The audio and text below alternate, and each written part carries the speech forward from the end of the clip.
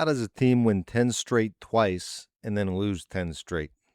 Seriously, what are the 2026 Chicago Cubs? Because we're past Memorial Day now and I still have absolutely no idea. We all know that nobody is as good as their best or as bad as their worst. So let's take a look at what this team has been so far and try to figure out what to expect from here on out. First and foremost, the injuries to the pitching staff is just outrageous. I'm not going to list them all, but it seems at least one or two pitchers end up having to go on the IL every week. Edward Cabrera is the latest victim with a blister on his finger. I got blisters on my fingers! That ain't something that usually just disappears after a few days. It could linger the whole season.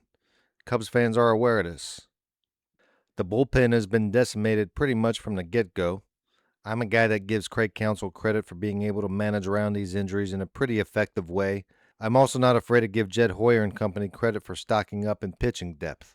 They've already had to use over 20 different pitchers this season, and with all that being said, the Cubs pitching has been middle of the pack so far. Not hateful, given the injuries, but at some point the horses have to come back and stay back. Matthew Boyd is coming back. Hopefully Cabrera's blister doesn't become a recurring injury. It would be nice to have your starters and bullpen guys penciled in without any issues for at least a month. Time will tell if that happens or not. But the real annoying thing about this team is the offense, or lack thereof. And you can't blame injuries on this one. Something that seems to have plagued this team over the past few years is their inability to hit the ball with runners in scoring position. Through the end of May, the Cubs hit .233 with runners in scoring position. That was good for number 22 in all of baseball. That's a problem.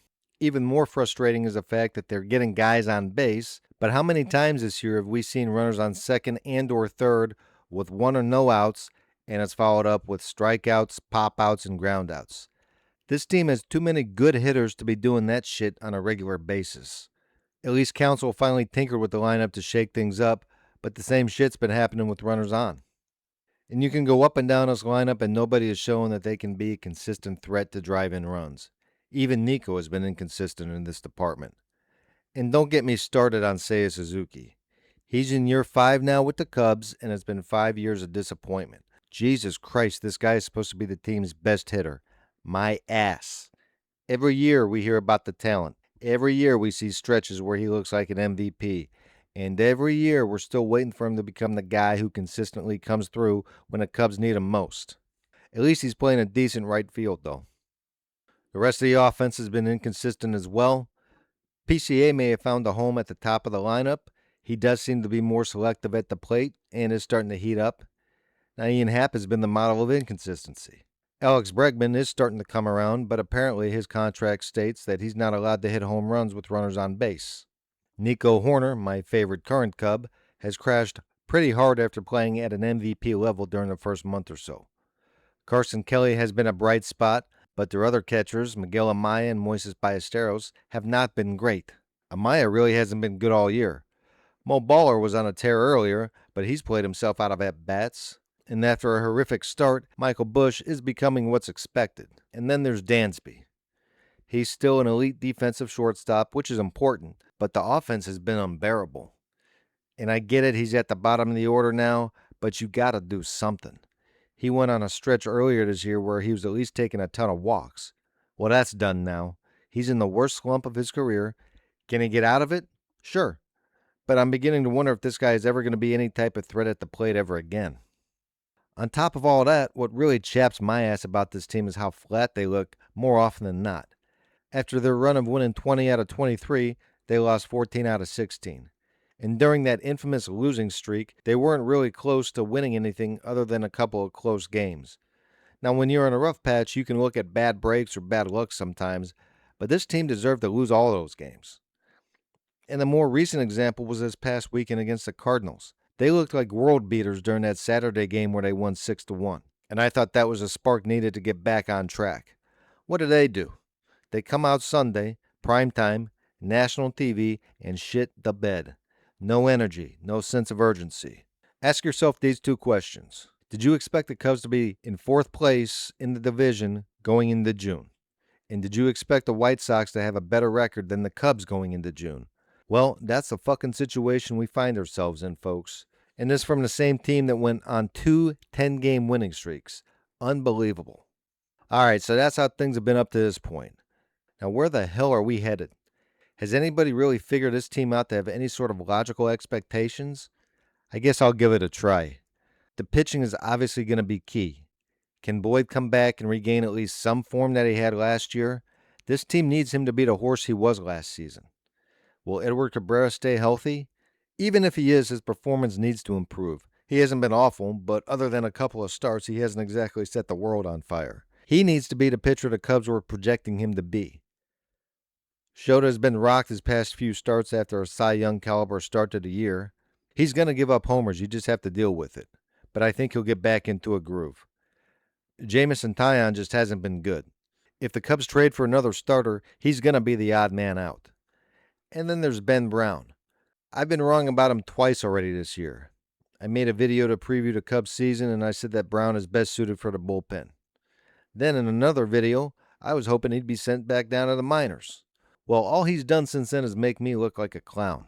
He may be figuring it out after all. Now, in fairness, we've been down this road with him before. He looks very good for a few stretches and then he implodes.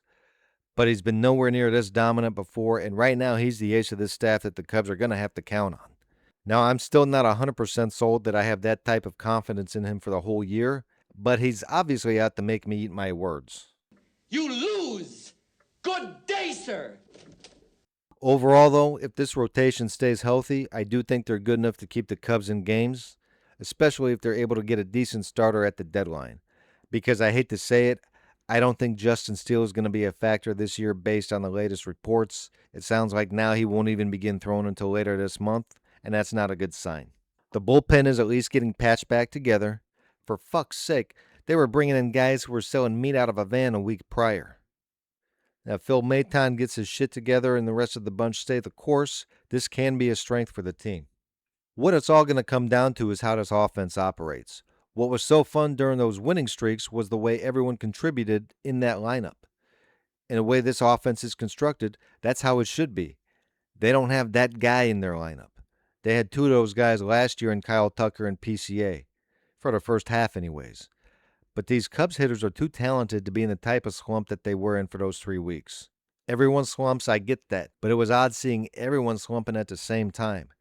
Now, some of those guys have broken out of it, some are on the verge of it, and some are just too good to not get things going again. So I'm hoping that team that lost 14-16 won't exist again this season. I'm hoping that was their rough patch for the year. They really should have 2 or 3 guys on a hot streak at a time from here on out, and every now and then get someone like Hap or PCA to go on a tear and just carry the team for a week or 2. I do believe that will happen. And starting June off against the A's, Rockies, and Giants over the first 15 games should cure whatever ails them. It has to. But they really got to light a fire under their ass.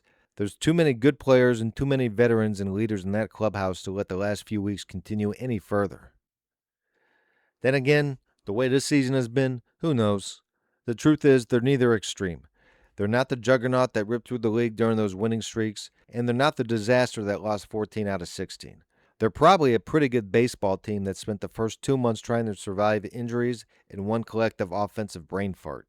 The question now is whether they figure it out before the Brewers disappear over the horizon. I do know one thing. I'm sick of those assholes in Milwaukee. The Bears are who we thought they were. And that's why we took the damn field. Now, if you want to crown them, then crown their ass. And the Chicago Cubs win the World Series.